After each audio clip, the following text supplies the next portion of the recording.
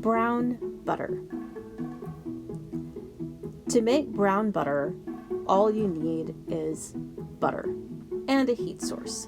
You want to melt the butter in a medium saucepan over medium-low heat. You could also use a deep skillet if you would prefer. You want your pan to be light in color so you can see the color of the butter as it changes, because in a dark pan it can be hard to tell and it might burn.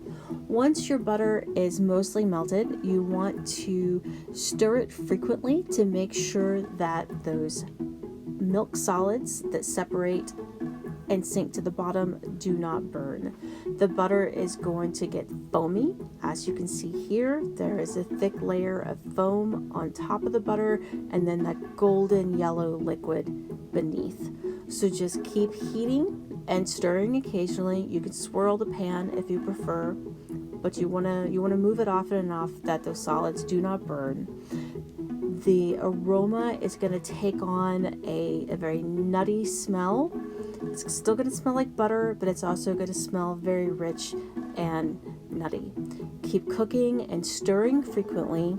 Most of that foam will kind of cook away, and quite suddenly the butter is going to change to a deeper golden color, and then those milk solids are going to turn amber.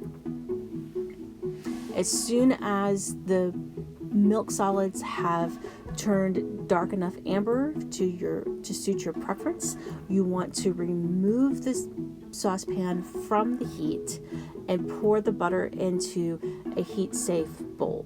I like to use a glass bowl or a metal bowl for this process, depending on what I'm going to be doing with the butter.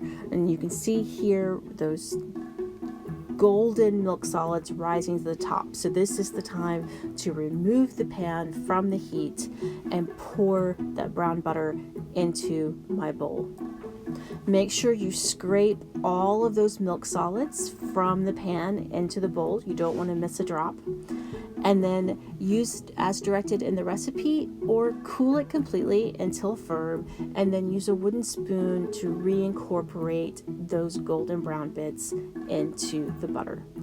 The butter will keep in the refrigerator for about a week, or you can freeze it for up to 3 months. Use this in any recipe where you would use butter. I particularly enjoy it in cookies and mashed potatoes. I hope you enjoyed this video. For more, please visit us at arkansasonline.com/cooking.